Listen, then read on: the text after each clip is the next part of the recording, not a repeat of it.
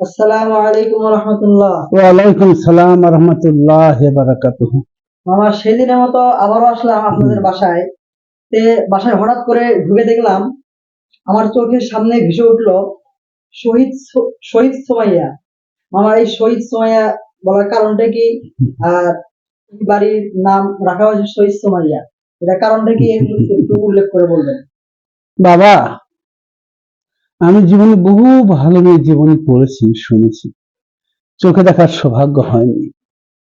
আমার ঘরে আমার মেয়েকে এত ভালো মানুষ হিসেবে দেখেছি, ওই পড়াগুলোর সঙ্গে শোনাগুলোর সঙ্গে হুবহু। তার মধ্যে বহু ঝড় তুফান সাইক্লোন বয়ে গেছে, আমার মেয়ে এক মুহূর্তের জন্য আল্লাহকে ভুলে যায়নি। ইসলামের যে হুকুম হাকুম সবগুলো সে পরিপূর্ণ আল্লাহর মতো মেনে চলেছে বাবা। হাদিস দ্বারা প্রমাণিত এবং স্বীকৃত সে শহীদ হয়েছে।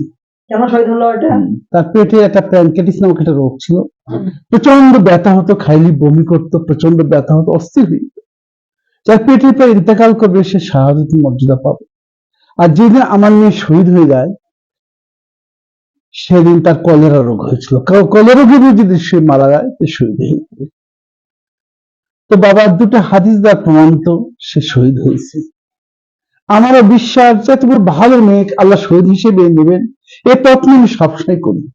আর মেয়েটার নাম রেখেছিলাম হযরত ইসলামের প্রথম শহীদ সময়ের নাম অনুসারে। আল্লাহ পাক সেই শহীদ হিসেবে তাকে কবুল করে নিয়েছি।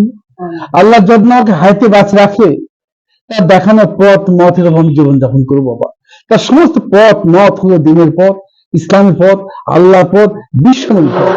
আচ্ছা, আপনার এই পরিবারে আপনার মেয়ে কয়টা? মেয়ে তিনটা বাবা। তার মধ্যে ইনি কয় নাম্বার ছিলেন? 3 নাম্বার ছিলেন। 3 নাম্বার ছিলেন, মানে ছোট ছিলেন। জি। ও, আমার বড় মেয়ে হোমিওপ্যাথি চিকিৎসক, ডিপ্লোমা করার, অত্যন্ত মেধাবী, আল্লাহর শুকরিয়া। তার কাছে যে রোগী আসে আল্লাহর মেহেরবান, হোমিওপ্যাথি একটা সিমটোমেটিক্যাল ট্রিটমেন্ট, লক্ষণ মিলে ওষুধ দেয়, ইনশাল্লাহ ভালো হয়ে যায়। অল্প সময় রোগী দেখে, এর সঙ্গে অনেক রোগী তার হয়। আর মেজ মেয়ে সে একজন ডিপ্লোমা ডাক্তার। আল্লাহ তাকে শুকরিয়া, তাকে এত মেধাদান করেছে, মহিলাদের রোগ শিশুদের উপরে সে এক্সপার্ট হয়ে গেছে, বিশেষজ্ঞ চিকিৎসক মধ্যে জ্ঞান অর্জন করেছে। আল্লাহর মেহমান সারাদিন প্রচুর রোগী, তার ব্যবহার, কথাবার্তা, চিকিৎসায় মানুষ খুবই সন্তুষ্ট। আল্লাহ শুকরিয়া, তার চিকিৎসায় সবগুলো রোগী মেহরবান আল্লাহর মধ্যে ভালো হয়ে যায় বাবা। আর ছোট্ট মেয়েটা ল্যাব টেকনিশিয়ান ছিলেন, ল্যাব টেকনোলজিস্ট। তিনি ল্যাবের কিছু ছোট ছোট কাজ করতেন। হঠাৎ করে আল্লাহ পাক তাকে নিয়ে গেছেন। তাই যে বাড়িতে তিনি থাকতেন দোতলায়, আর নিচতলা যে চেম্বারে আমি রোগী দেখি, এটা অনন্তকালের জন্য ফাউন্ডেশন হিসেবে আমি লিখে দিয়ে যাব।